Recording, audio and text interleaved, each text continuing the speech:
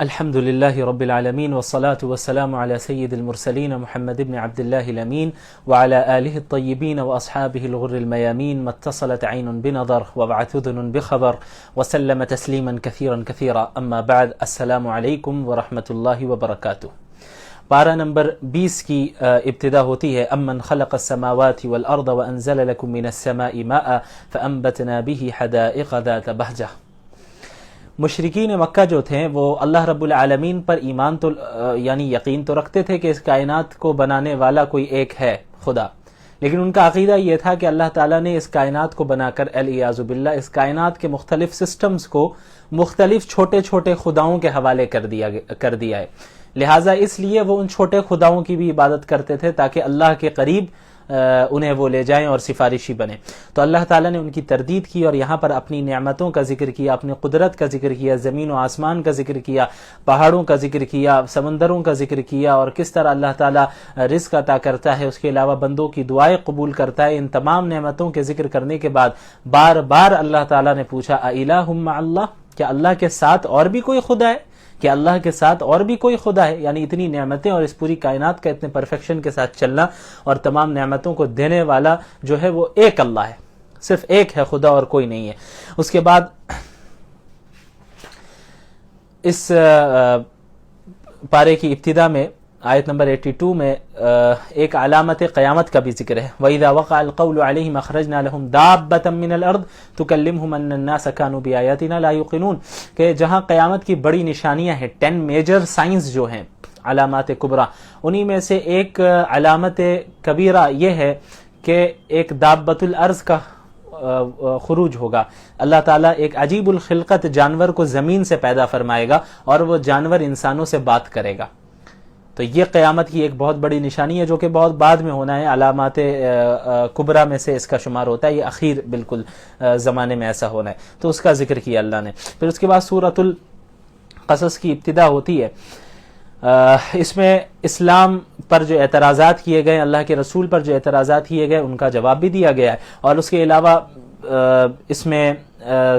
کئی واقعات بھی ہیں، خصوصاً حضرت موسیٰ علیہ السلام کے کا واقعات تفصیل کے ساتھ یہاں سے ذکر کیا گیا ہے. اللہ تعالیٰ نے فرمایا نتلو علیک من نبأ موسیٰ وفرعون بالحق لقوم یؤمنون. تو سورت کی ابتدا ہی ہو رہی ہے حضرت موسیٰ علیہ السلام کے واقعے کے ساتھ. موسیٰ علیہ السلام اور فرعون کے واقعے کو اللہ نے مومنین کے لیے اس کو بیان کیا ہے. اس کے بعد اللہ تعالیٰ نے ذکر کیا آیت نمبر 7 میں کہ فرعون جو تھا اس کو ایک نجومی نے یہ بتایا کہ تمہاری حکومت بنی اسرائیل کا ایک لڑکا ختم کر دے گا، یعنی ایک آدمی ہوگا بنی اسرائیل کا جو کہ پیدا ہونے والا ہے، وہ تمہاری حکومت کو ختم کر دے گا. تو فرعون نے کیا فیصلہ لیا کہ بھئی بنی اسرائیل کے جتنے بچے پیدا ہو رہے ہیں، لڑکے جتنے پیدا ہو رہے ہیں، سب کو ذبح کر دیا جائے. تو چھوٹے چھوٹے بچوں کو جو ہے بنی اسرائیل کے چھوٹے چھوٹے بچوں کو فرعون نے ذبح کروایا. لیکن ظاہر ہے اللہ تعالیٰ کو یہ پورا کرنا تھا کہ حضرت موسیٰ کے ذریعے اس کی حکومت ختم ہو، یہ ہلاک ہو. تو حضرت موسیٰ علیہ السلام جب پیدا ہوئے تو ان کی والدہ کو ڈر ہونے لگا کہ کہیں فرعون کی پولیس داخل نہ ہو جائے اور انہیں بھی ذبح نہ کر دے. تو اللہ تعالیٰ نے حضرت موسیٰ کی ماں کے دل میں یہ بات ڈالی کہ آپ اپنے پاس رکھیں انہیں، جب آپ کو خوف ہو کہ یہ فرعون کا لشکر آ جائے گا، اسے پکڑ لے گا، تو پھر آپ بچے کو یعنی موسیٰ علیہ السلام کو ایک صندوق میں ڈال کر دریا میں چھوڑ دیں، دریا میں ڈال دیں. تو اور اللہ نے ان کے دل میں یہ بات بھی ڈالی کہ وہ اس بچے کو آپ کے پاس ضرور واپس لوٹائے گا. تو ایسا ہی ہوا. حضرت موسیٰ علیہ السلام کی والدہ نے انہیں صندوق میں رکھ کر دریا میں ڈال دیا، اور ان کی بہن جو تھی حضرت موسیٰ علیہ السلام کی، وہ بھی جو ہے فالو کرتی نہیں، یہاں تک کہ صندوق پہنچا فرعون کے محل کے پاس. تو فرعون کے لوگوں نے وہاں سے حضرت موسیٰ کو اٹھا لیا، بچے کو فرعون کے پاس پیش کیا گیا. تو ہر بچے کو تو ذبح کروا رہا تھا وہ بنی اسرائیل کا جو لڑکا تھا، جو لڑکے تھے انہیں. تو بہرحال فرعون کی جو ہے اہلیہ حضرت آسیہ رضی اللہ عنہا جو اسلام لے آئی تھی اور نیک بندی تھی، انہوں نے جو ہے فرعون کو یہ ابھارا اس بات پر کہ نہیں، اسے ذبح نہ کرو، اسے ہم رکھتے ہیں، یہ ہم انہیں بیٹا بنا لیتے ہیں اس بچے کو، اور ہم اس کی پرورش کریں گے. بہرحال تو پھر فرعون کے ہی محل میں حضرت موسیٰ علیہ السلام کی پرورش ہوتی ہے. تو اب مسئلہ آتا ہے اس بچے کو دودھ پلانے کا. تو فرعون کے دربار میں کئی عورتوں کو بلایا جاتا ہے کہ حضرت موسیٰ کو اس بچے کو دودھ پلائے، لیکن حضرت موسیٰ علیہ السلام کسی کا دودھ نہیں پیتے ہیں اور وہ انکار کرتے رہتے ہیں، یعنی وہ ایکسیپٹ نہیں کرتے.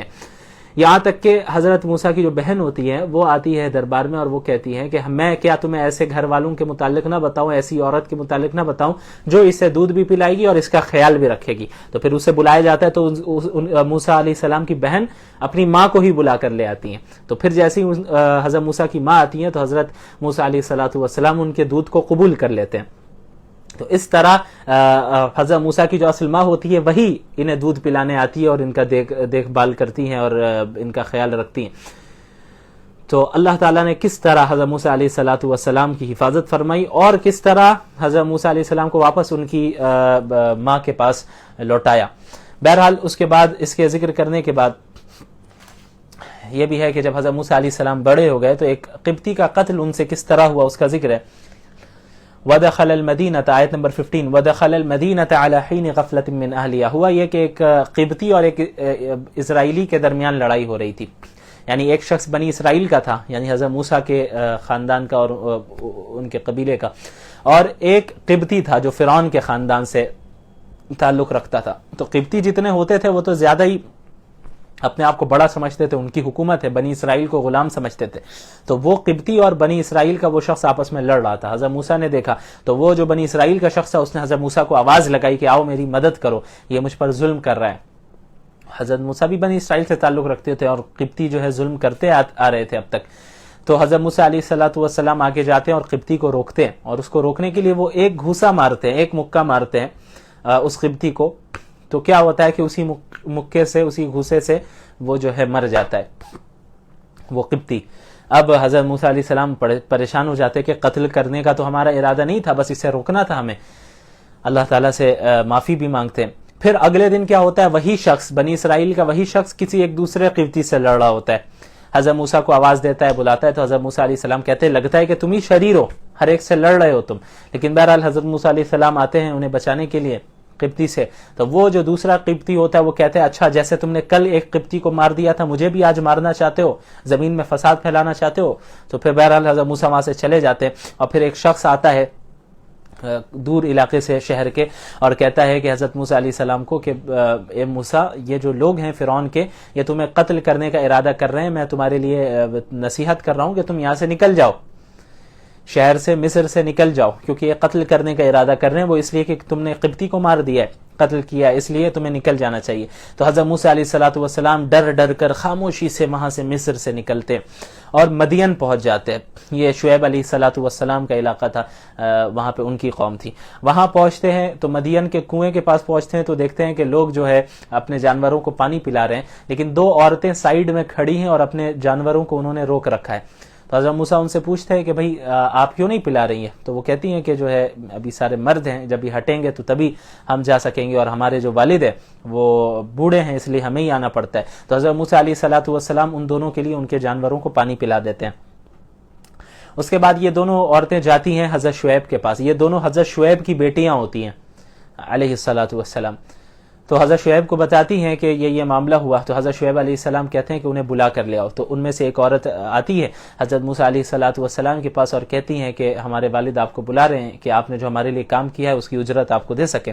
تو وہ جب آ جاتے ہیں تو اپنا پورا واقعہ بتاتے ہیں کہ وہ مصر سے کیوں آئے ہیں بھاگ کر اور کس طرح آئے. تو حضرت شعیب انہیں تسلی دلاتے ہیں کہ گھبرانے کی ضرورت نہیں ہے، آپ ظالم حکومت کے دائرے سے باہر آ گئے، اب آپ کو یہاں پہ ڈرنے کی ضرورت نہیں ہے. تو انہی بیٹیوں میں سے ایک بیٹی نے حضرت شعیب علیہ السلام سے کہا کہ آپ انہیں اجرت پر رکھ لیں، کہ مزدوری پر رکھ لیں، کہ یہ ایک طاقتور بھی ہیں اور پھر اس کے علاوہ امانت دار انسان بھی ہے، انہیں رکھ لینا چاہیے. تو حضرت شعیب علیہ السلام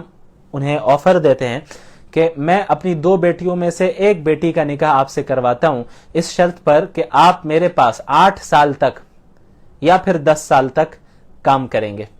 8 سال تک تو ہر حال میں رکھنا ہے، کام کرنا ہی ہے، اور 10 سال تک آپ کرنا چاہیں تو یہ آپ کی طرف سے ایکسٹرا ہوگا، اضافہ ہوگا. تو حضرت موسیٰ علیہ السلام اس کو ایکسیپٹ کر لیتے ہیں. اچھا، اس آیت سے ہمیں یہ بھی معلوم ہوا کہ ہمارے معاشرے میں کیا ہوتا ہے کہ عموماً لڑکے والے لڑکی والوں کے یہاں رشتہ بھیجتے ہیں، اور اگر لڑکی والے لڑکے والوں کے یہاں رشتہ بھیجیں تو اسے عیب سمجھا جاتا ہے، برا سمجھا جاتا ہے کہ بھئی لڑکی والے جو ہے رشتہ کیسے بھیجے، بلکہ لڑکی والے انتظار میں رہتے ہیں کہ گھر میں آئے رشتہ. تو اس آیت سے پتہ چلتا ہے کہ یہ صرف ہمارے معاشرے کا مسئلہ ہے. یعنی اگر لڑکی والے رشتہ بھیجے اپنی جانب سے، لڑکی والے جو ہے لڑکے والے کے ہاں رشتہ بھیجے، تو یہ کوئی عیب کی بات نہیں ہے شریعت کے اعتبار سے۔ اب آپ دیکھیں یہاں حضرت شعیب علیہ السلام نے اپنی بیٹی کا رشتہ خود پیش کیا حضرت موسیٰ علیہ السلام کے پاس۔ حضرت موسیٰ علیہ السلام نے تو نہیں مانگا تھا رشتہ، حضرت شعیب علیہ السلام نے خود رشتہ پیش کیا۔ اس سے ہمیں معلوم ہوا کہ لڑکے والے بھی لڑکی والے کے ہاں رشتہ بھیج سکتے ہیں اور لڑکی والے بھی لڑکے والے کے ہاں رشتہ بھیج سکتے ہیں، اس میں کوئی عیب کی بات نہیں ہے۔ اس کے بعد حضرت موسیٰ علیہ السلام نے جب اس مدت کو پورا کیا اور پھر اس کے بعد مدین سے واپس لوٹ رہے تھے تو راستہ بھول گئے اور راستے میں انہیں آگ کی ضرورت پڑی، تو اپنی اہلیہ سے کہا کہ آپ یہاں پہ رکے، مجھے دور سے آگ نظر آ رہی ہے، میں آگ لے کر آتا ہوں۔ وہ جب پہنچتے ہیں وہاں پر تو پتہ چلتا ہے کہ آگ تو نہیں ہے، یہ تجلی الہی ہے۔ وہاں پھر حضرت موسیٰ علیہ السلام کو نبوت ملتی ہے اور معجزات عطا کیے جاتے ہیں۔ اس کے بعد آیت نمبر 44 میں اللہ کے نبی صلی اللہ علیہ وسلم کی نبوت کی دلیل کے طور پر یہ بتایا گیا، وما كنت بجانب الغربی اذ قضینا الی موسیٰ الامر وما كنت من الشاہدین۔ موسیٰ علیہ السلام کو جب ہم نبوت دے رہے تھے، تورات دے رہے تھے، تو آپ کوہ طور میں وہاں موجود نہیں تھے، لیکن اس کے باوجود اتنی تفصیل کے ساتھ اور ٹھیک حضرت موسیٰ علیہ السلام کا واقعہ تفصیل کے ساتھ بتانا، آپ صلی اللہ علیہ وسلم بتا رہے ہیں، یہ اس بات کی دلیل ہے کہ آپ نے اپنی طرف سے نہیں کہا بلکہ اللہ کا کلام ہی ان پر نازل ہو رہا ہے۔ نہ ہی آپ کوہ طور پر تھے، نہ ہی حضرت موسیٰ کو نبوت ملنے کے وقت وہ وہاں موجود تھے، نہ ہی آپ صلی اللہ علیہ وسلم نے کسی کتاب کو پڑھا، نہ ہی آپ صلی اللہ علیہ وسلم نے کسی انسان سے تعلیم حاصل کی۔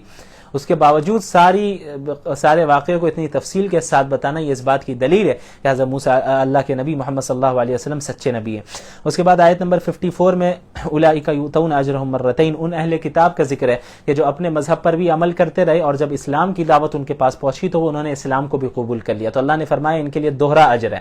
یعنی ایک تو اپنے مذہب پر عمل کرتے رہے آسمانی کتاب پر حضرت عیسیٰ کے اوپر یا حضرت موسیٰ علیہ السلام کی شریعت کے مطابق، اور جب محمد صلی اللہ علیہ وسلم کی بعثت ہو گئی اور ان کی خبر پہنچی تو انہوں نے اسلام بھی قبول کر لیا، لہٰذا ان کے لیے دوہرا اجر ہے۔ اس کے بعد آیت نمبر 56 میں اللہ نے فرمایا انک لا تہدی من احببت ولکن اللہ یہدی من یشاء وہو اعلم بالمہتدین۔ نبی کریم صلی اللہ علیہ وسلم کے جو چچا تھے ابو طالب،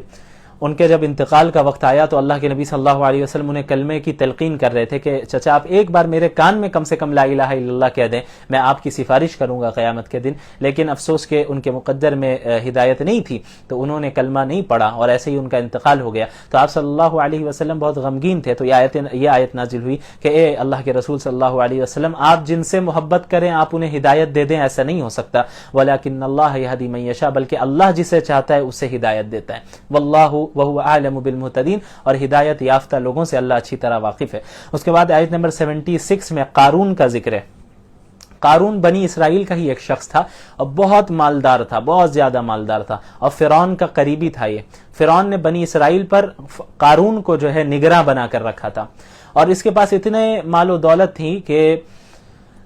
اس کے خزانے کی جو چابیاں ہوا کرتی تھی وہ اونٹ اٹھایا کرتے تھے، یعنی خزانہ دور کی بات، خزانے کی جو چابیاں ہوا کرتی تھی وہ کئی اونٹوں پر جو ہے یہ اونٹ جو ہے اس کی چابیوں کو اٹھایا کرتے تھے، اور یہ بڑا متکبر شخص تھا اور فخر سے تکبر کے ساتھ زمین میں چلا کرتا تھا اور کہتا تھا کہ بھئی میرے پاس جو اتنا مال ہے، اتنی دولت ہے، یہ مجھے میرے علم کے ذریعے حاصل ہوا ہے، میرے فن کے ذریعے، میں نے اپنی مہارت سے حاصل کیا ہے، اور متکبر تھا۔ تو اللہ تعالیٰ نے ایک دن ایسا آیا کہ اللہ تعالیٰ نے قارون کو اس کے مال کے ساتھ ساتھ ختم کر دیا، زمین میں دھسا دیا،